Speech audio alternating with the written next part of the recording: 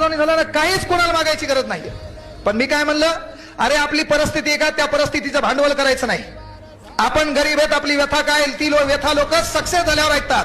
मी जेव्हा गरीब होतो तेव्हा जर मी किती बोंबल असतो, एकाही भिकार चोटान त्या काळी मला 10 रुपये दिले नाही.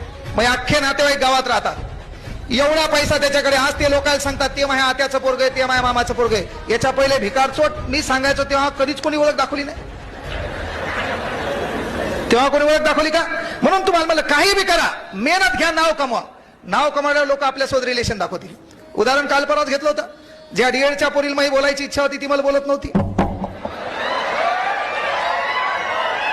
बोला ना मी. आणि मी महाराज न होण्याचं कारण ते आपल्यात हे आगाऊ गुण आहेत, वाहदे होतील ना. आणि आपलं हेच बरं आहे. पण मात्र मी या मातीत वाढलेलो आहे. ज्या मंदिराचं दर्शन करण्यासाठी आपण ज्या पायऱ्याचा आधार घेतो, ते दर्शन झाल्यावर त्याच पायऱ्यांना आपण वापस येणार आहे. आणि म्हणून ज्या ग्रीपनं मी मोठं झालो, त्या मोठ्या करणाऱ्या पायऱ्या तुम्ही माईच्यानं या हृदयात जोपर्यंत प्राण आहे तोपर्यंत गोरगरिबाच्या लेकराला विसरणारा हा शब्द या ठिकाणी द्यालो.